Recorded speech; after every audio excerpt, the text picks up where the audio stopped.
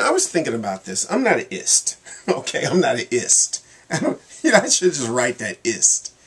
I am not an ist. Because the minute you become an ist, you become a prisoner.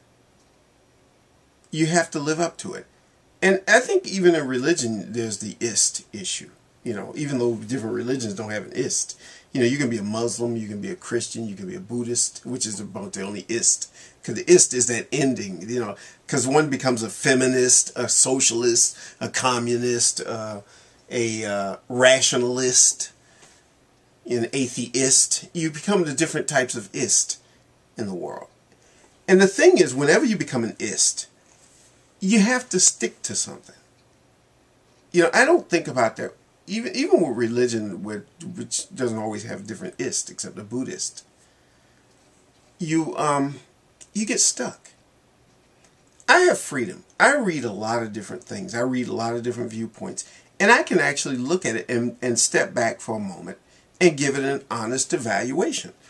One of the problems I used to think about when I was with the Jehovah's Witnesses, Jehovah's Witnessist.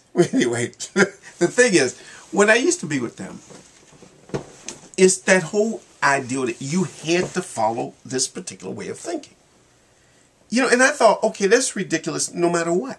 I don't care if we're talking about religion, politics, or even science. If you're a scientist and you think, for example, that electricity works a certain way, like there were old theories about electricity. There was some theory about some material called phlogiston flowing through wires. Maybe that existed a couple hundred years ago or something. And then people begin to realize, no, there's no stuff flowing like water or something. There's something else. And then you study it and you discover something else. You can change your mind. Science can change things. Theories change. Theories come and they go.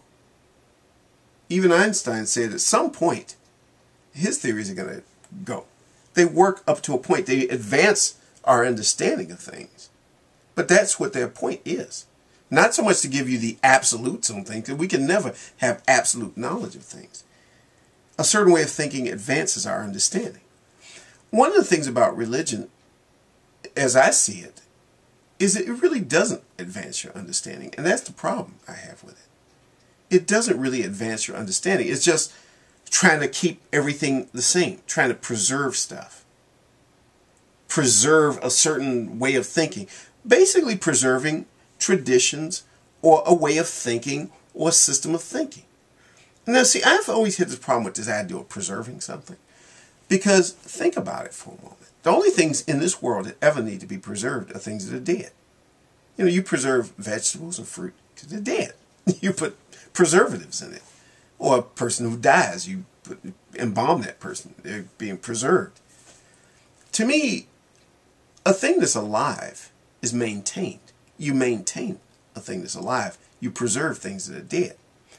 And that's why I'm not an ist of any type, because then I gotta stay there. I gotta preserve whatever the ist is that I'm in. If I'm a communist, I gotta preserve that. If I'm a socialist, I gotta preserve that. If I'm an atheist, I gotta preserve that. And yeah, even with the religious stuff, although the Buddhist is the only ist in that group, I got to preserve Christianity. I got to preserve Judaism. I got to preserve Islam. I got to preserve, whatever else it is that I got to preserve. I don't feel like preserving things. I like to maintain something. If it's a living thing, if it's serving me, if it's working for me, that's what I want to do. I don't feel like preserving things unless I become a funeral director.